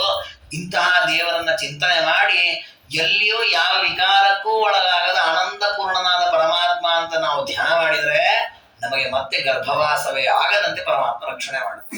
ಅದು ದೇವರ ವೈಭವ ಅಂತ ಸ್ತೋತ್ರ ಮಾಡಿದ್ರೆ ಎಲ್ಲ ಸ್ತೋತ್ರವನ್ನು ಕೇಳಿಸಿಕೊಂಡು ಪರಮಾತ್ಮ ತಾನು ಅವತಾರ ಮಾಡಿದ. ಯಾವತ್ತು ಅವತಾರ ಮಾಡಿದ? ದೇವರು ಬ್ರಹ್ಮದೇವರ ಮಾತಿನಂತೆ ಎಲ್ಲರಿಗೂ ಸುಖ ಸಿಗಲಿ ಅಂತ ಹೇಳಿ ತಾನು ಒಂದು ಪರ್ವಕಾಲದಲ್ಲಿ ಅವತಾರ ಮಾಡಿದ. ಅಥೋ ಜಯಂತ್ಯಾ ಮುದಭೋ ನಿಶೀಥೇ ಶಶೀವ ದೇವಕ್ಯುದರೋದಯಾದ್ರೇ ದಿಗಷ್ಟಗೆ ರಾತ್ರಿ ಚರಾಂಜಿಗೀಶೋ ಸ್ಥಿತಿರ್ನಿಶಾಸಾ ಚ ಗುಣೋಚಿತೈವ. ಪರಮಾತ್ಮ ಜಯಂತಿ ಎನ್ನುವ ಪರ್ವಕಾಲದಲ್ಲಿ ಅವತಾರ ಮಾಡಿದ. ನಮ್ಮಲ್ಲಿ ಅದಕ್ಕೆ ಕೃಷ್ಣ ಜಯಂತಿ ಅಂತ ಹೇಳ್ತೇವೆ. ಹೊಸದು ಕೃಷ್ಣದೇವರದ ಮಾತ್ರ ಜಯಂತಿ. ಆಮೇಲೆ ಹುಟ್ಟಿದವರೆಲ್ಲ ತಮ್ಮ ಜಯಂತಿ ಹಾಕೊಂಡ್ಬಿಟ್ರು. ಗಾಂಧಿ ಜಯಂತಿ, ಅಂಬೇಡ್ಕರ್ ಜಯಂತಿ ಎಲ್ಲ ಜಯಂತಿ ಅಂತ. ಹೊಸದಾಗಿ ಎಲ್ಲಾರ್ದು ಜಯಂತಿ ಅಲ್ಲ, ಕೃಷ್ಣದೇವರ ಅವತಾರ ಮಾಡಿದ ಮಾತ್ರ ಜಯಂತಿ. ಯಾಕೆಂದ್ರೆ ಯಾರು ಅವತಾರ ಮಾಡುವಾಗಲೂ ಜಯಶೀಲರಾಗಿ ಅವತಾರ ಮಾಡಿದ್ದಾರೆ ಅವ್ರದ್ದು ಜಯಂತಿ ಆಚರಣೆ ಮಾಡಬೇಕು. ನಾವೆಲ್ಲ ಹುಟ್ಟಿದ ಜಯಂತಿ ಆಗೋದಿಲ್ಲ. ಯಾಕಂದ್ರೆ ನಾವು ಹುಟ್ಟಿದಾಗ ಜಯಶೀಲರಂತೆ, ನಮಗೆ ನಮ್ಮ ಅರಿವೇ ಇರಲಿಲ್ಲ. ನಾವು ಬದುಕಿ ಉಳಿದದ್ದೇ ದೊಡ್ಡ ವಿಷಯ. ಹುಟ್ಟಿದಾಗ ಅಂತಹ ಒಂದು ಘೋರ ಸ್ಥಿತಿಯಲ್ಲಿ ನಾವಿರ್ತೇವೆ. ಹಾಗಾಗಿ ಜಯಂತಿ ಅಂದ್ರೆ ಏನು ಅಂದ್ರೆ, ಕೃಷ್ಣ ಪಕ್ಷದ ಅಷ್ಟಮಿ ದಿನ ರಾತ್ರಿ ಕಾಲದಲ್ಲಿ ರೋಹಿಣಿ ನಕ್ಷತ್ರ ಸಂಯೋಗವಾದ ಅದನ್ನು ಜಯಂತಿ ಅಂತ ಒಂದು ಪರ್ವಕಾಲ. ರೋಹಿಣ್ಯಾಂ ಅರ್ಧರಾತ್ರಿಯತು ಯದಾ ಕಾಲಾಷ್ಟಮಿ ಭವೇತ್ ಜಯಂತಿ ನಾಮ ಸಾ ಪ್ರೋಕ್ತ. ಒಂದು ಮುಹೂರ್ತ ಜಯಂತಿ ಅಂತ. ಯಾವಾಗ ಬರುತ್ತಾ ಮುಹೂರ್ತ? ಕೃಷ್ಣ ಪಕ್ಷದ ಅಷ್ಟಮಿ ತಿಥಿಯಂದು ಮಧ್ಯರಾತ್ರಿಯಲ್ಲಿ ರೋಹಿಣಿ ನಕ್ಷತ್ರ ಇರಬೇಕು. ಅದನ್ನ ಜಯಂತಿ ಅಂತ ಕರೀತಾರೆ. ಆ ಪರ್ವಕಾಲದಲ್ಲಿ ಪರಮಾತ್ಮ ಕೃಷ್ಣ ಅವತಾರ ಮಾಡಿದ್ದಾನೆ. ಅದಕ್ಕೆ ಕೃಷ್ಣ ಜಯಂತಿ ಅಂತ ಆಚರಣೆ ಮಾಡಿದ. ಕೃಷ್ಣಾಷ್ಟಮಿ ಅಂತಲೂ ಅಂತೀವಿ, ಕೃಷ್ಣ ಜಯಂತಿ. ಅದಕ್ಕೆ ರಾತ್ರಿ ಅರ್ಘ್ಯ ಕೊಡ್ತೀವಿ ನಾವು. ರೋಹಿಣಿ ಉದಯ ಆಗೋದೆಲ್ಲ ನೋಡಿ ಅರ್ಘ್ಯ ಕೊಡ್ತೇವೆ. ಅಂತಹ ಪರ್ವಕಾಲದಲ್ಲಿ ಪರಮಾತ್ಮ ಅವತಾರ ಮಾಡಿದ. ದಿಗಷ್ಟಕ್ಕೆ ರಾತ್ರಿ ಚರಾನ್ ಜಿಗಿಯೋಶೋ. ನೋಡಿ, ದೇವರ ಅವತಾರ ಮಾಡಿದ್ದು ರಾತ್ರಿಯಲ್ಲಿ. ತಿಥಿ ಯಾವುದು? ಅಷ್ಟಮಿ ತಿಥಿ. ಇದು ಉಚಿತವಾಗಿದೆ ಅಂತ ರಾಜರು. ಯಾಕೆ ಅಂದ್ರೆ ದೇವರು ರಾತ್ರಿ ಅಡ್ಡಾಡೋರ್ನೇ ಕೊಲ್ಲೋದು ಕೃಷ್ಣನಾಗಿ ಬಂದು. ಬೆಳಗಡ್ಡಾಡೋರು ಯಾರು? ಬ್ರಾಹ್ಮಣರು, ಸಾಧನೆ ಮಾಡೋ ಸಜ್ಜನರು, ಅವ್ರನ್ನೇನು ದೇವ್ರು ಕೊಲ್ಲಲ್ಲ.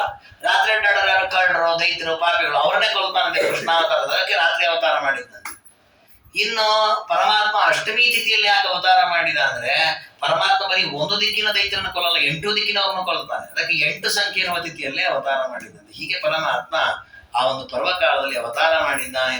ಅವತಾರ ಮಾಡಿದಾಗ ದೇವರು ತಾನು ರೋಹಿಣಿ ನಕ್ಷತ್ರದಲ್ಲಿ ಅವತಾರ ಮಾಡಿದ. ರಾತ್ರಿ ಅವತಾರ ಮಾಡಿದ ಸರಿ, ರೋಹಿಣಿ ನಕ್ಷತ್ರದಲ್ಲಿ ಅವತಾರ ಮಾಡಿದ. ಯಾಕೆ ಅಂತಂದ್ರೆ, ನಾನು ಆಗ್ಲೇ ಹೇಳಿದ ಹಾಗೆ ಬ್ರಹ್ಮದೇವರಿಂದ ವರ ಪಡೆದವರು 5 ಜನ ಇದ್ದಾರೆ. ಅವ್ರ 5 ಜನಕ್ಕೂ ಸಂತೋಷ ಪಡಿಸ್ಬೇಕು. ಅದಕ್ಕೆ ದೇವರು ಏನ್ ಮಾಡಿದ?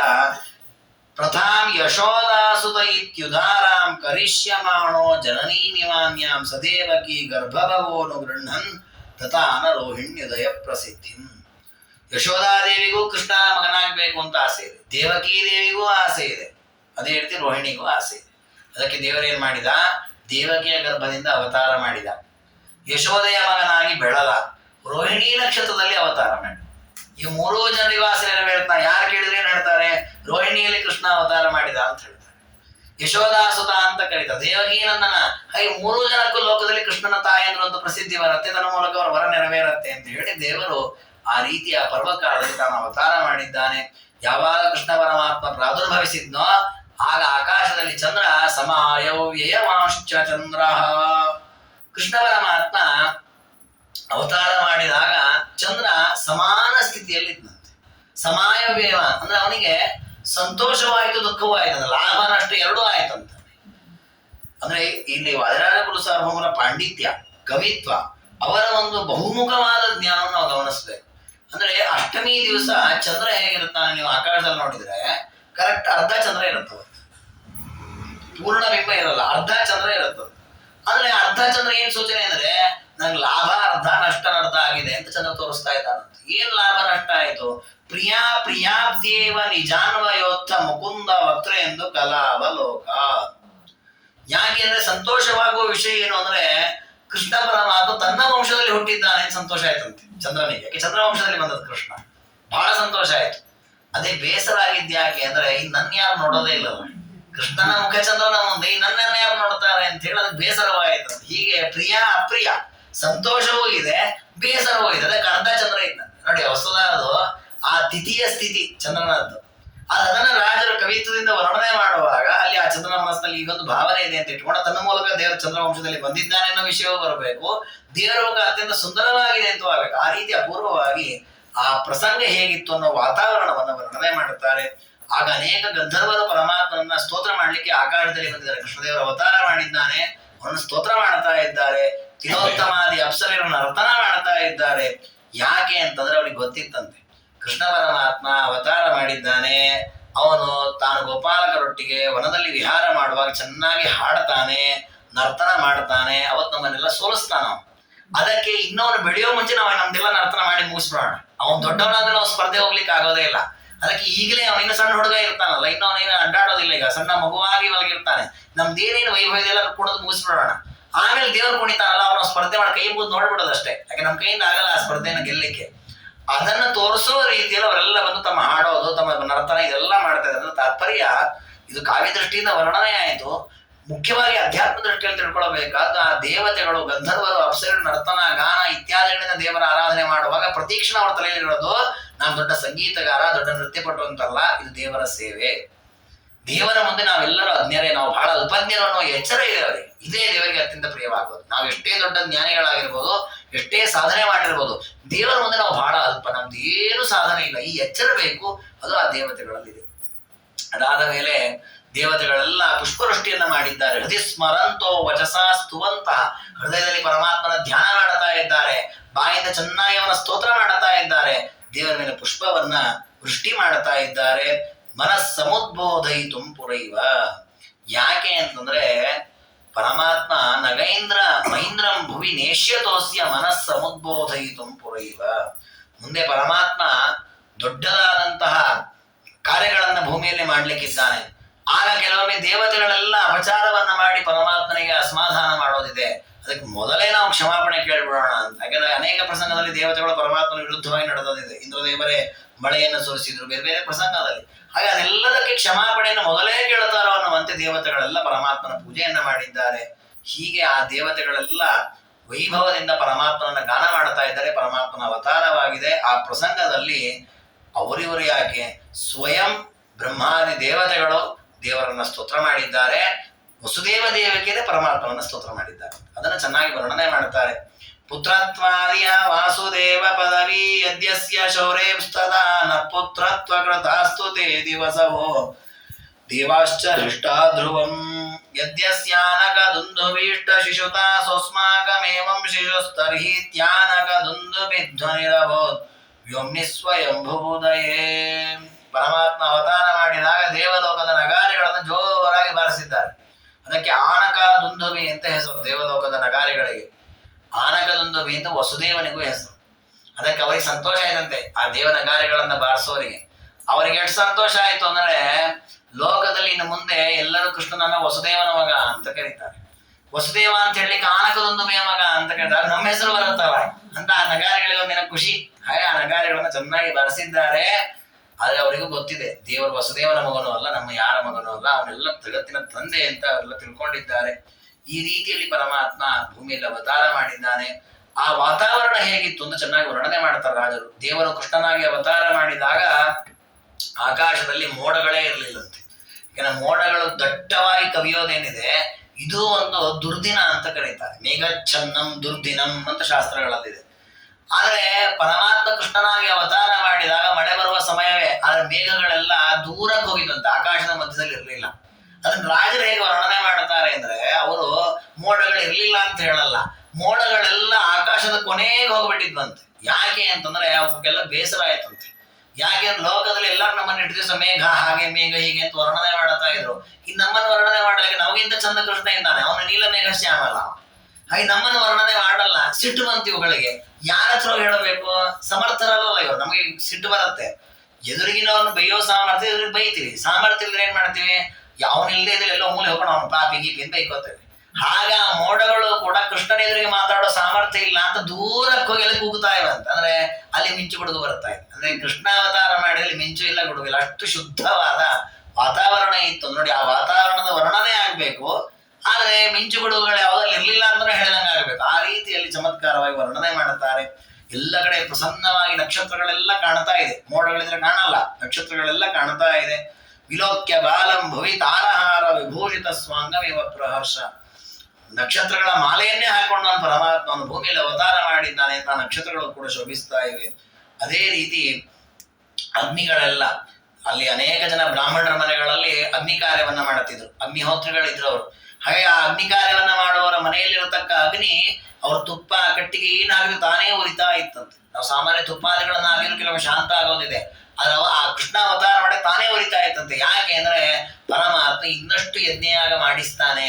ಇಷ್ಟು ದಿವಸ ದೈತ್ಯರೆಲ್ಲ ಬಂದು ಯಜ್ಞಯಾಗ ನಿಲ್ಲಿಸಿಬಿಟ್ಟಿದ್ರು, ದೇವರ ಆ ದುಷ್ಟವನ್ನ ಸಂಹಾರ ಮಾಡಿ ಇನ್ನಷ್ಟು ಯಜ್ಞಯಾಗ ಮಾಡಿಸ್ತಾನೆ ಅನ್ನೋದನ್ನು ಸೂಚನೆ ಮಾಡುವಂತೆ ಸ್ವಯಂ ಪ್ರಾಜ್ವಲದ ಅಗ್ನಿರೇಶಾಂ, ಎಲ್ಲ ಅಗ್ನಿಗಳು ಉಜ್ವಲಿಸ್ತಾ ಇವೆ. ಹೀಗೆ ನಾನಾ ವಿಧವಾದ ರೀತಿಯಲ್ಲಿ ವಾತಾವರಣ, ಅಂದ್ರೆ ದೈತ್ಯರ ಅವತಾರ ಮಾಡುವಾಗ ಎಷ್ಟು ಕೆಟ್ಟದಾಗಿ ವಾತಾವರಣ ಇರುತ್ತೆ ಅಂತ ಭಾಗವತಗಳು ಹೇಳುತ್ತೆ. ಅಲ್ಲಲ್ಲಿ ಕೆಟ್ಟ ಶಕುನಗಳು, ಎಲ್ಲ ಹಾನಿಗಳು, ಅನೇಕ ವಿಧವಾದ ರೋದನಗಳು ಇವೆಲ್ಲ ಉಂಟಾಗತ್ತೆ ಅಂತ. ಹಾಗೆ ಸಜ್ಜನರು ಹುಟ್ಟುವಾಗ ಅಷ್ಟೇ ಒಳ್ಳೆಯ ವಾತಾವರಣ ಇರುತ್ತೆ. ಹಾಗೆ ಸಾಕ್ಷಾತ್ ದೇವರೇ ಅವತಾರ ಮಾಡಿದ್ರಿಂದ ಎಲ್ಲ ಕಡೆಯೂ ಕೂಡ ಪ್ರಸನ್ನತೆ ಇದೆ. ಅಜನ್ಮನಸ್ತಸ್ಯೇ ಜನ್ಮಕಾಲೇ ಚರಾಚರಂ ತುಷ್ಟಮಭೂತ್ಕಿಲೇದಂ. ಪರಮಾತ್ಮ ಈ ಭೂಮಿಯಲ್ಲಿ ಅವತಾರ ಮಾಡುವಾಗ ಯಾರಿಗೂ ಅಸಂತೃಪ್ತಿ ಅಂತಿಲ್ಲ, ಎಲ್ಲರೂ ತೃಪ್ತರಾಗಿದ್ದಾರೆ, ಎಲ್ಲರಿಗೂ ಸಂತೋಷವಾಗಿದೆ. ಆ ರೀತಿಯಲ್ಲಿ ಎಲ್ಲರಿಗೂ ಸಂತೋಷವಾಗ್ತಾ ಪರಮಾತ್ಮ ಅವತಾರ ಮಾಡಿದ್ದಾನೆ. ಅಲ್ಲಿ ಇನ್ನೊಂದು ಕಾರಣವನ್ನ ಕೊಡ್ತಾರೆ ರಾಜರು. ಯಾಕೆ ಜಗತ್ತಲ್ಲಿ ಎಲ್ಲರಿಗೂ ಸಂತೋಷವಾಯಿತು ಅಂತಂದ್ರೆ, ಸಾಮಾನ್ಯವಾಗಿ ಜಗತ್ತಿನಲ್ಲಿ ಒಂದು ನಿಯಮ ಇದೆ. ನಾವು ಹೊಸದಾಗಿ ನೋಡಿದ್ರೆ ನಮ್ಗೆ ಒಂಥರ ಆನಂದವಾಗುತ್ತೆ. ಯಾವುದನ್ನೇ ಇಟ್ಟುಕೊಳ್ಳಿದ್ದೇವೆ, ಅದು 4 ದಿವಸ ಆದ್ಮೇಲೆ ಅಯ್ಯೋ ಅದಕ್ಕೊಂದು ತಾತ್ಸಾರ ಬರುತ್ತೆ. ಮೊದಲು ನೋಡುವಾಗ ಇನ್ನೊಂದು ಉತ್ಸಾಹ ಇರುತ್ತೆ. ಹಾಗೆ ಎಲ್ರಿಗೂ ಇದು ಮೊದಲ ಬಾರಿ ನೋಡ್ತಾ ಇದ್ರೆ ದೇವರಿಗೆ ಅವತಾರವೇ ಇಲ್ಲಲ್ಲ. ಜನ್ಮನೇ ಇಲ್ಲದಿರೋ ವ್ಯಕ್ತಿ ಮಗುವಾಗಿ ಬಂದಿದ್ದಾನಲ್ಲ ಅಂತ ಎಲ್ರಿಗೂ ಹೊಸದದು. ಹಾಗೆ ಆ ದೇವರು ಹೇಗಿರ್ತಾನೆ ನೋಡೋಣ ಅಂತೇಳಿ ಎಲ್ಲರೂ ಸಂತೋಷದಿಂದ ಆಕರ್ಷಿತರಾಗಿ ನೋಡ್ತಾ ಇದ್ದಾರೆ. ಹಾಗೆ ಯಾರಿಗೂ ಕೂಡ ದುಃಖ ಇರಲಿಲ್ಲ ಆ ಪ್ರಸಂಗದಲ್ಲಿ ಅಂತ. ಹೀಗೆ ಪರಮಾತ್ಮ ಅತ್ಯಂತ ವೈಭವದಿಂದ ವಸುದೇವ ದೇವಿಯರ ಮಗನಾಗಿ ಅವತಾರ ಮಾಡಿದ. ಅವತಾರ ಮಾಡುವಾಗಲೇ ತನ್ನ ತತ್ವವನ್ನು ತೋರಿಸಿಕೊಟ್ಟಿದ್ದಾನೆ. ನನ್ನನ್ನು ಯಾರು ವಿಶ್ವಾಸದಿಂದ ಗಟ್ಟಿಯಾಗಿ ಆರಾಧನೆ ಮಾಡುತ್ತಾರೋ ಅವರ ಸಂಸಾರವನ್ನು ನಾನು ಮೋಚನೆ ಮಾಡುತ್ತೇನೆ. ಇದನ್ನು ತಿಳಿಸ್ಲಿಕ್ಕೆ ತಾನೇನು ಮಾಡಿದ್ದಾನೆ, ಅವತಾರ ಮಾಡಿದ ನೋಡ್ತಾರ ತಂದೆ ತಾಯಿ, ಅವರ ಕೈಯಲ್ಲಿದ್ದ ಬಂಧನವೇ ಬಿಚ್ಚಾಗ್ಬಿಟ್ಟಿದೆ. ಜಹಾರ ಪಿತ್ರೋ ನಿಗಡಸ್ಯ ಬಂಧಂ. ಆ ಕಂಸ 2 ಕೈಗಳಿಗೆ ಬಂಧನ ಮಾಡಿ ಕೂಡಿಸಿದ್ದ ಅವರನ್ನ. ಯಾವಾಗ ದೇವಕಿ ದೇವಿಯ ಮಗನಾಗಿ ಕೃಷ್ಣ ಪ್ರಾದುರ್ಭಾವವನ್ನು ಹೊಂದಿದ 4 ಕೈಗಳಲ್ಲಿ ಶಂಖಚಕ್ರಾದಿಗಳನ್ನು ಹಿಡ್ಕೊಂಡು ದೇವರ ಪ್ರಕಟನಾದ, ವಸುದೇವ ದೇವಿಕರಲ್ಲೇ ಇದ್ದಾರೆ, ಅವರ ಕೈಯಲ್ಲಿ ಬಂಧನವೇ ಇಲ್ಲ. ಸಂಕೋಲ ಹಿಂಕೋಲ ಎಲ್ಲ ಬಿಚ್ಚಿಬಿಟ್ಟಿದಂತೆ. ಯಾಕೆಂದ್ರೆ ದೇವರು ಹೇಳಿ ತೋರಿಸ್ತಾನಂತೆ, ನಿರೀಕ್ಷಣೆಯೇನೈವ ವಿಮುಕ್ತಿದೋಹಂ. ಯಾರು ಚೆನ್ನಾಗಿ ಭಜನೆ ಮಾಡ್ತಾರೆ ಅವ್ರ ಮೇಲೆ ನನ್ನ ಕೃಪಾ ಕಟಾಕ್ಷ ಒಮ್ಮೆ ಬಿದ್ರೆ ಸಾಕು, ಅವರೆಲ್ಲ ಬಂಧನ ನಾನು ಕಳಿಸಿ ಬಿಡ್ತೇನೆ. ದೃಷ್ಟಾಂತವೇ ವಸುದೇವ ದೇವಕಿಯರು ತೋರಿಸ್ತಾ ಇದ್ದಾನೆ. ಆ ರೀತಿಯಲ್ಲಿ ಅವರ ಬಂಧನವನ್ನ ಬಿಚ್ಚಿದ್ದಾನೆ. ಆಗ ಅವರಿಬ್ಬರು ಕೂಡ ಪರಮಾತ್ಮನ ಸ್ತೋತ್ರ ಮಾಡಿದ್ರಂತೆ. ಏತತ್ ಪಿತೃತ್ವ ಪ್ರಥಯ ಅಭಯಂ ಸ್ಯಾತ್ ಪಾಪಾದಿತೀಢ್ಯಂ ಪಿತರೌ ಗುಣಾಢ್ಯ. ವಸುಧಾ ಭಾಗವತದಲ್ಲಿ ಬರುತ್ತೆ, ತಮದ್ಭುತಂ ಬಾಲಕಮಂಬುಜಕ್ಷಣಂ ಅಂತ ಹೇಳಿ ಆ ಕೃಷ್ಣನ ವಸುದೇವರು ನೋಡಿದ್ರು, ದೇವಕಿ ನೋಡಿದ್ರು, ಸ್ತೋತ್ರ ಮಾಡಿದ್ರು ಅಂತ ಇದೆ. ಯಾಕೆ ಸ್ತೋತ್ರ ಮಾಡಿದ್ರು ಅಂತ ಅಲ್ಲಿಲ್ಲ. ರಾಜರು ಹೇಳ್ತಾರೆ ಯಾಕೆ ಸ್ತೋತ್ರ ಮಾಡಿದ್ರು ಅಂತ. ಅವ್ರು ಒಂದು ಕ್ಷಣ ಆಲೋಚನೆ ಮಾಡಿದ್ರಂತೆ, ನಮ್ಮ ಬಂಧನವನ್ನೇ ಕಳಚಿದ ಸ್ವಾಮಿಯವನು ಇವನ ತಂದೆ ತಾಯಿಯಿಂದ ನಾವು ಹೇಳ್ಕೊಂಡ್ರೆ ಎಂತ ಪಾಪ ಬರುತ್ತೆ ಜಗತ್ತಲ್ಲಿ. ನಾವು ಅದನ್ನ ಹೇಳ್ಕೊಳ್ಬಾರದು. ಆ ಪಾಪ ಪರಿಹಾರಕ್ಕೆ ಸ್ತೋತ್ರ ಮಾಡಿದ್ರು. ಇನ್ನೆಲ್ಲ ಕಡೆ ಅಂತ ವಸುದೇವನ ಮಗ, ದೇವಕಿ ಮಗ ಅಂತ ಹೇಳ್ತಾರೆ ಕೃಷ್ಣನನ್ನ. ಒಂದೊಂದ್ಸಲ ಹಾಗಂದಾಗ ಪಾಪ ಬರುತ್ತೆ. ಯಾಕೆ ನಮ್ಮ ಮಗ ಅಲ್ವೇ ಅಲ್ಲ ಇವನು, ನಮ್ಮ ಸ್ವಾಮಿಯವನು, ನಮ್ಮ ಬಂಧನವನ್ನು ಕಳಿಸಿ ನಮ್ಮನ್ನು ಉದ್ಧಾರ ಮಾಡುವ ತಂದೆಯವನು. ಹಾಗೆ ಪಿತೃತ್ವ ಪ್ರಥಯ ಭಯಂ ಸ್ಯಾತ್. ನಾಳೆ ವಸುದೇವನ ಮಗ ಅಂತ ಹೇಳಿ ನನ್ನನ್ನು ಅವನ ತಂದೆ ಅಂತ ಗುರುತಿಸ್ತಾರಲ್ಲ, ದೊಡ್ಡ ಭಯ, ಅದು ದುಃಖಕ್ಕೆ ಕಾರಣ. ಅಂತ ಪಾಪ ನನಗೆ ಬರೋದು ಬೇಡ ಅಂತ ಹೇಳಿ ಆ ತಂದೆ ತಾಯಿಗಳು ಕೃಷ್ಣನನ್ನ ಸ್ತೋತ್ರ ಮಾಡ್ತಾ ಇದ್ದಾರೆ. ದೇವರೇ, ನೀನು ನನ್ನ ಮಗ ಅಲ್ಲ. ನೋಡಿ, ಸ್ತೋತ್ರ ಮಾಡಿ ತಂದೆ ತಾಯಿಗಳು ಸ್ತೋತ್ರ ಮಾಡಿದ್ದೇನು ದೇವರನ್ನ, ನೀನು ನನ್ನ ಮಗ ಅಲ್ಲ. ಯೇಷ ಪುತ್ಸಂಹಿತ ನಾರಕಸ್ಥಾನ್ ಜನಾನ್ ಸ್ವನಾಮ ಸ್ಮರಣೇನ. ಲೋಕದಲ್ಲಿ ಮಕ್ಕಳನ್ನ ಪುತ್ರ ಅಂತ ಕರೀತಾರೆ. ಯಾಕೆ ಪುತ್ರ ಅಂತ ಕರೀತಾರೆ? ಪೂ ಅಂತ ಒಂದು ನರಕ ಇದೆ, ಪುಮ್ ಅಂತಲೂ ಕರೀತಾರೆ ಅದನ್ನ. ಆ ನರಕದಲ್ಲಿ ಬಿದ್ದಂತಹ ವ್ಯಕ್ತಿಗಳನ್ನ ಉದ್ಧಾರ ಮಾಡಿದವರು ಮಕ್ಕಳು. ಪುಂನಾಮ ನರಕ ತ್ರಾಯತೆ ಇತಿ ಪುತ್ರ. ಅಂದ್ರೆ ಇಲ್ಲಿ ಮಕ್ಕಳು ಎಷ್ಟೆಷ್ಟು ಸತ್ಕರ್ಮಗಳನ್ನ ಮಾಡ್ತಾರೆ ಅಷ್ಟವರು ಆ ನರಕದಿಂದ ಮುಕ್ತರಾಗ್ತಾರೆ. ತಂದೆ ತಾಯಿಗಳು ಮಕ್ಕಳಲ್ಲಿ ಕೆಟ್ಟ ಕೆಟ್ಟ ಕೆಲಸ ಮಾಡಿದಂತೆ ಆ ನರಕಕ್ಕೆ ಹಾಕಿ ಅವ್ರನ್ನ ಪೀಡಿಸ್ತಾರೆ. ಅದಕ್ಕೆ ಮಕ್ಕಳಿಗೆ ಪುತ್ರ ಅಂತ ಹೆಸರು. ಹಾಗಾದ್ರೆ ಪುತ್ರ ಅಂತ ನಾವು ಆಗೋದು ಯಾವಾಗ? ಮಕ್ಕಳು ತಂದೆ ತಾಯಿಗಳು ನರಕಕ್ಕೆ ಬೀಳಬಾರದು. ಆ ರೀತಿ ಅವ್ರನ್ನ ಉದ್ಧಾರ ಮಾಡಿ ನಾವು ಮಕ್ಕಳು ಆಗ್ತೀವಿ, ಪುತ್ರರಾಗ್ತೀವಿ. ಅದಕ್ಕೆ ಕೃಷ್ಣದೇವರಿಗೆ ಅಂತಾರೆ, ದೇವರೇ, ವಸುದೇವರು ಹೇಳೋದು, ನೀನ್ ನನ್ನ ಮಗ ಅಲ್ವೇ ಅಲ್ಲ. ಯಾಕೆಂದ್ರೆ ನನಗೆ ಗೊತ್ತಿದೆ, ಅಖಿಲಾಂಡ ಕೋಟಿ ಬ್ರಹ್ಮಾಂಡ ನಾಯಕ ನೀನು. ನಿನ್ನ ಅನಂತ ಜೀವಿಗಳ ಸೃಷ್ಟಿಯಲ್ಲಿ ನಾನೊಬ್ಬ ಸಣ್ಣ ಎಕ್ಕಸಿದ ವ್ಯಕ್ತಿ.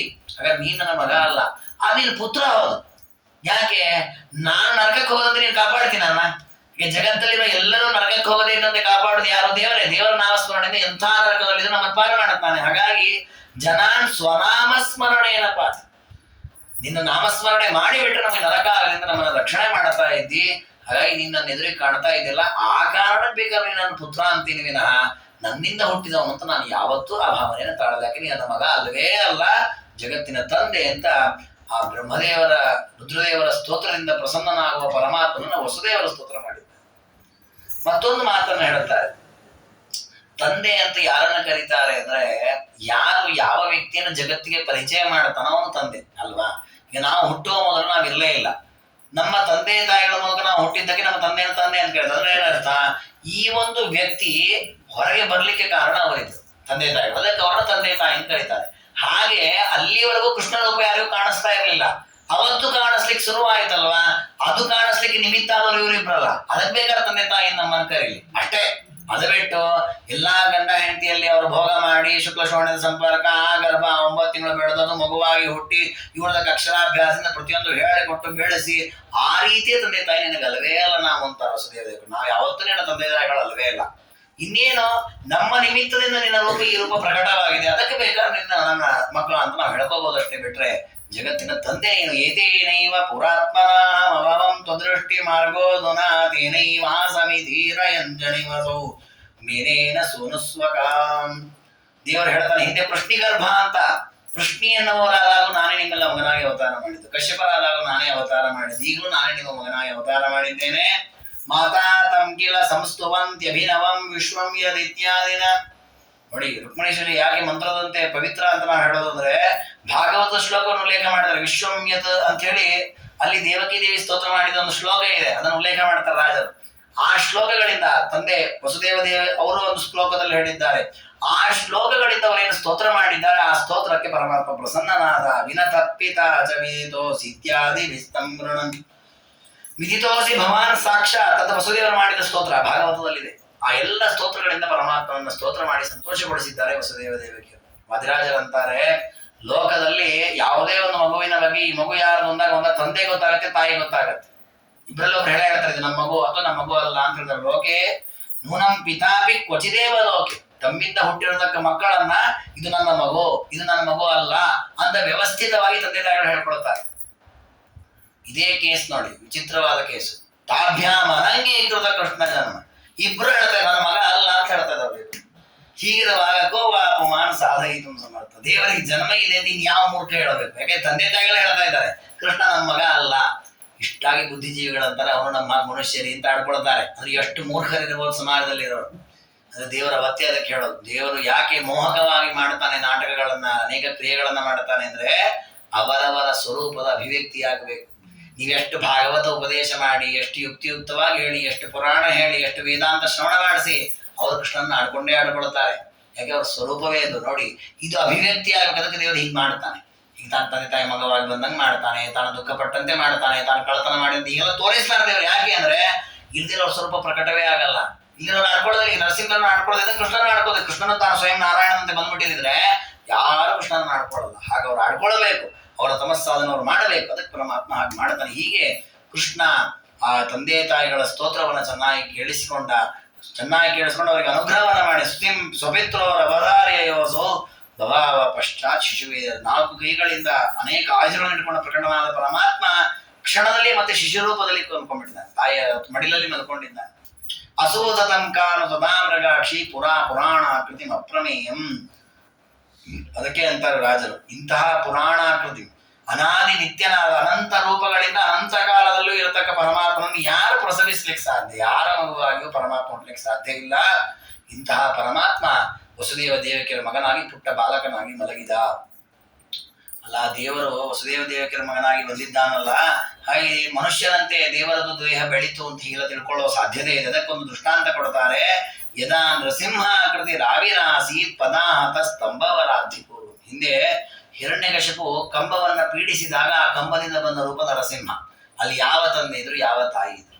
ನಾವು ರಾಮಕೃಷ್ಣಾದಿ ರೂಪಗಳು, ವೇದವ್ಯಾಸ, ಧನವಂತರು, ಈ ರೂಪಗಳನ್ನೆಲ್ಲ ತಂದೆ ತಾಯಿಗಳ ಮಗನಾಗಿ ಋಷಭ, ಈ ರೂಪಗಳೆಲ್ಲ ತಂದೆ ತಾಯಿ ಮಗನಾಗಿ ಹುಟ್ಟಿದ ಅಂತ ಹೇಳಿ ಅವಾಗ ನಮ್ಮ ಹಾಗೆ ಅಲ್ಲೂ ಕೂಡ ಶುಕ್ಲ ಶ್ರವಣಿತ ಸಂಪರ್ಕ ಆಗಿದೆ, ಅಲ್ಲೂ ಗರ್ಭದಲ್ಲಿ ದೇಹ ಬೆಳೆದಿದೆ, ಮಗುವಾಗಿ ಹುಟ್ಟಿದ ಅಂತ ಹೀಗೆ ಭಾವಿಸ್ತೇವೆ. ಹಾಗಲ್ಲ ಅಂತಾರೆ ರಾಜರು. ದೇವರಿಗೆ ನಮ್ಮ ಹಾಗೆ ಗರ್ಭಾದಿಗಳಲ್ಲಿ ಬೆಳೆಯೋದು, ದೇಹ ಬೆಳೆಯೋದು, ಹೊಸ ದೇಹ ಬರೋದು, ದೇಹ ಹಾನಿ ಆಗೋದು ಇಲ್ಲವೇ ಇಲ್ಲ ದೇವರಿಗೆ. ಅದಕ್ಕೆ ದೃಷ್ಟಾಂತ ಯಾವುದು? ನರಸಿಂಹ ರೂಪ. ದೇವರು ನರಸಿಂಹನಾಗಿ ಪ್ರಕಟಣ ಅಂದಲ್ಲ, ಅಲ್ಲಿ ಯಾವ ತಂದೆ ಇದ್ದ, ಯಾವ ತಾಯಿ ಇಲ್ಲ, ಯಾವ ಶುಕ್ಲ ಶ್ರವಣಿತ ಸಂಪರ್ಕವೂ ಇಲ್ಲ. ಅದಕ್ಕೆ ರಾಜರೇ ದಶಾವತಾರ ಸ್ತೋತ್ರದಲ್ಲಿ ಹೇಳುವಾಗ ಹೇಳುತ್ತಾರೆ, ಸ್ತಂಭಾರ್ಭಕಾಸಹನ ಡಿಂಬಾಯ ದತ್ತವರ ಗಂಭೀರ ನಾದ ನೃಹರೆ.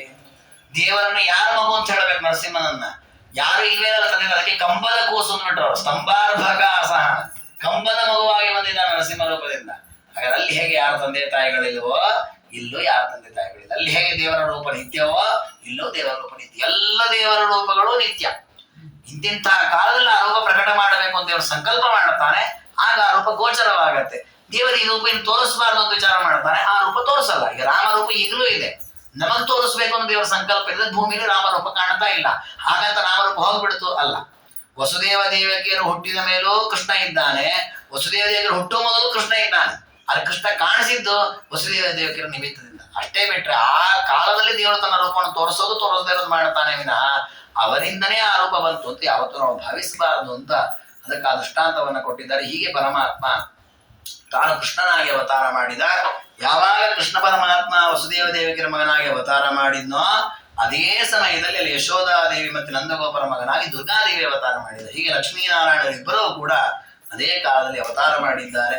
ಆ ಅವತಾರ ಮಾಡಿರತಕ್ಕಂಥ ಅವರಿಬ್ಬರು ಸಮಾಗಮ ಮಾಡಿ ಆಚೆ ಈಚೆ ಹೋಗ್ತಾರೆ. ಅದನ್ನು ಮುಂದೆ ವರ್ಣನೆ ಮಾಡ್ತಾರೆ. ಅದನ್ನ ನಾಳೆ ದಿನ ತಿಳಿದುಕೊಳ್ಳೋಣ ಅಂತ ಹೇಳ್ತಾ ಇವತ್ತಿನ ಈ ಚಿಂತನೆಯನ್ನ ಗುರುಗಳ ಅಂತರ್ಯಾಮಿ ಮಧ್ವಪತಿ ಗೋಪಾಲಕೃಷ್ಣನ ಪಾದಾರವಿಂದಗಳಲ್ಲಿ ಸಮರ್ಪಣೆ ಮಾಡೋಣ. ಶ್ರವಣ ಸಂಪೂರ್ಣ ಸರ್ವದೋಷ ವಿವರ್ಜಿತ ಪ್ರಿಯತಾಂ ಪ್ರೀತೇವ ಶ್ರೀಕೃಷ್ಣ.